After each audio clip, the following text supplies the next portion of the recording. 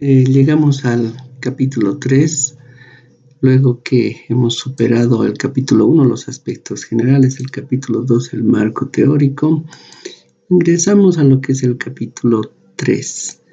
Este capítulo 3 está subdividido en dos partes importantes. La primera, que es el diseño metodológico, la segunda, el trabajo de campo. Este gráfico es muy interesante, nos muestra la epistemología de la administración, en la cual está incluida, por supuesto, la ingeniería comercial. Muchos dicen que estas no son ciencias. Ya se ha podido demostrar de que ambas disciplinas son ciencias porque conjuncionan lo que es la teoría a través de una ciencia en un hecho práctico que es la praxis. El sujeto en el cual se aplica es la organización. Por lo tanto, la teoría viene a ser la doctrina, que es el método, es la forma como se ha de aplicar la ciencia en la práctica, en lo que es el objeto de estudio de la administración, que son las organizaciones o los negocios. El contenido del diseño metodológico es de 7 puntos, como se puede ver acá, que los vamos a ir desarrollando a continuación. Primero, conceptualizar qué es el diseño metodológico. En una investigación es necesario aclarar cuáles son las etapas que se van a desarrollar.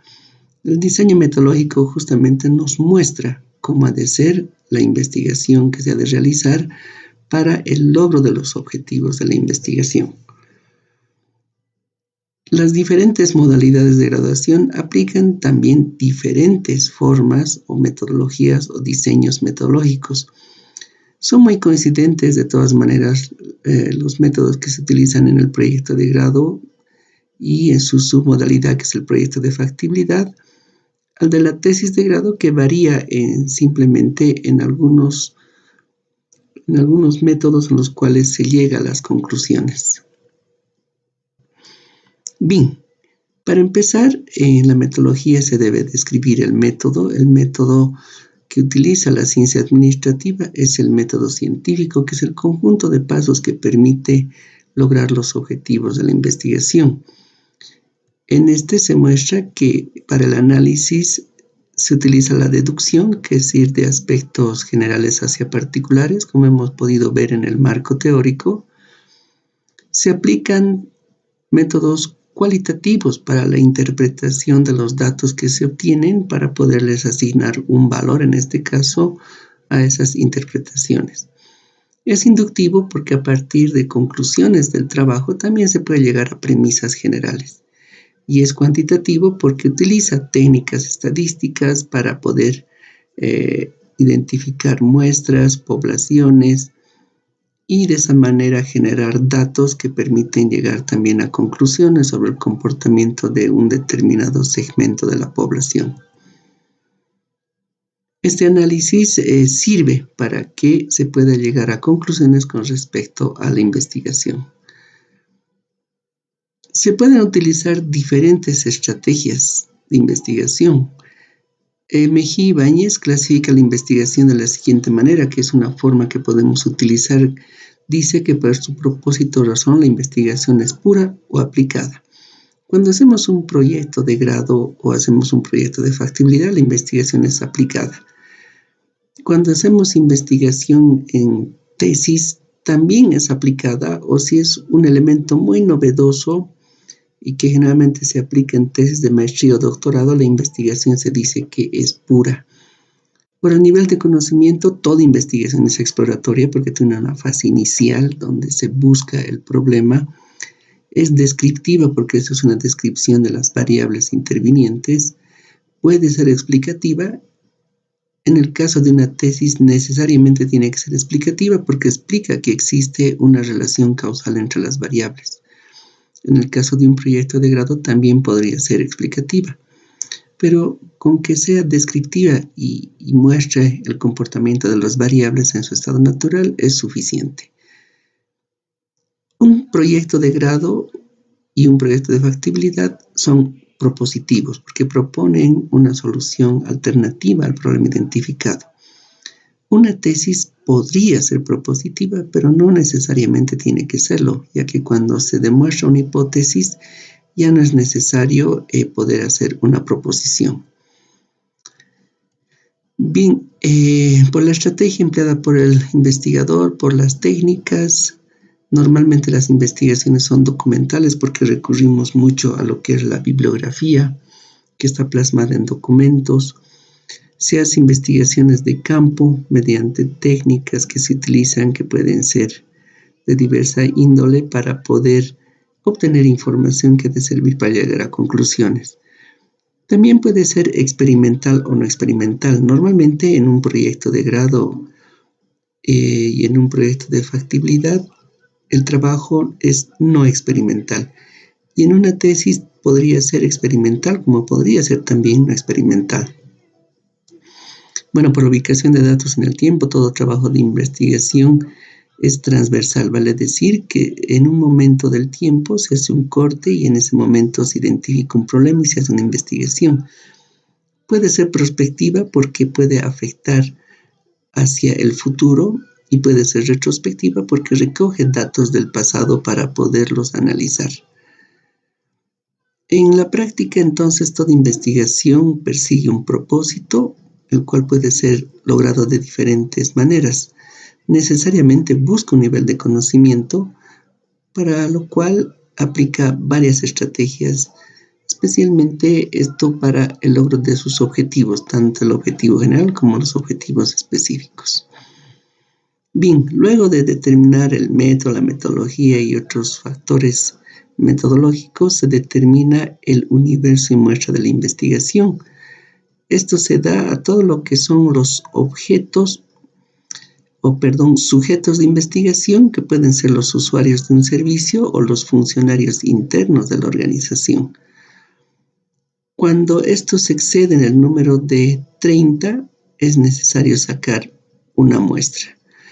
Pero si los sujetos de investigación en su número son menores de 30, entonces se debe hacer un censo, vale decir, aplicar la técnica de investigación hacia todos los miembros. Eso es un censo. Bueno, para obtener la información de los sujetos de investigación se utilizan o se pueden utilizar varias técnicas. Las fuentes documentales, cuyas fuentes son también aquellas que se referencian. Se tiene que indicar de dónde se ha obtenido esta fuente documental. Pueden ser encuestas, pueden ser grupos focales, puede ser la observación directa. La evidencia de la observación directa son las planillas de observación. También pueden ser entrevistas, ¿no? Y la fuente de la verificación de la entrevista es el cuestionario que se ha aplicado en la misma. Luego es necesario hacer un cronograma de actividades. Este es un cronograma sencillo donde primero se indica que se elaboran las encuestas y entrevistas. En una siguiente semana se aplican las encuestas y entrevistas, ya se va vaciando los datos. Luego en una tercera semana se analiza y se procesan estos datos, lo cual se extiende a la siguiente actividad, que es ir elaborando el documento de estudio de campo, que se lo puede culminar en una cuarta semana, en la cual también se pueden arribar a conclusiones finales, se va haciendo las correcciones y ajustes y luego se hace una presentación final del estudio de campo. Vale decir, en 5 semanas se puede hacer un trabajo de campo, el cual ya mediante sus resultados va a permitir la elaboración del documento al que se refiere, que es en realidad el trabajo de campo, que es la segunda parte del capítulo 3. Otro elemento importante que se desarrolla en esta etapa es la matriz de consistencia cuando se hace un proyecto de grado o la operacionalización de variables cuando se hace una tesis de licenciatura. En esta se ve la consistencia que existe desde la identificación del problema, la formulación de la pregunta de investigación, la proposición de una hipótesis, si es tesis, la formulación del objetivo general, ¿no? Luego la formulación de los objetivos específicos que permiten el logro del objetivo general, la identificación de variables del objetivo general o de la hipótesis. Sobre estas variables, las definiciones conceptuales, vale decir qué conceptos se han considerado para poder hacer la medición de cada variable. Se podría utilizar un indicador o una conceptualización operacional y finalmente indicar qué instrumentos o ítems se han utilizado para el desarrollo de la investigación. Aquí es donde nosotros, como evaluadores de los trabajos de investigación, vemos de que se ha seguido una línea de investigación. Cuando un elemento de esta matriz no es consistente, pues la investigación tiene que replantearse a objeto de que ese ajuste permita llevar adelante la misma. Si no, no es posible continuar con la investigación. Bueno, y en ese diseño metodológico se pueden ya ir anexando las encuestas a los clientes que se hayan elaborado o las entrevistas también que sea necesario hacer para llevar adelante la investigación y recabar la información. Bueno, con esto se termina prácticamente el semestre. Es culminar de forma exitosa esta parte, ya que aquí culmina la primera etapa de lo que es el seminario de titulación. Bueno, muchas gracias.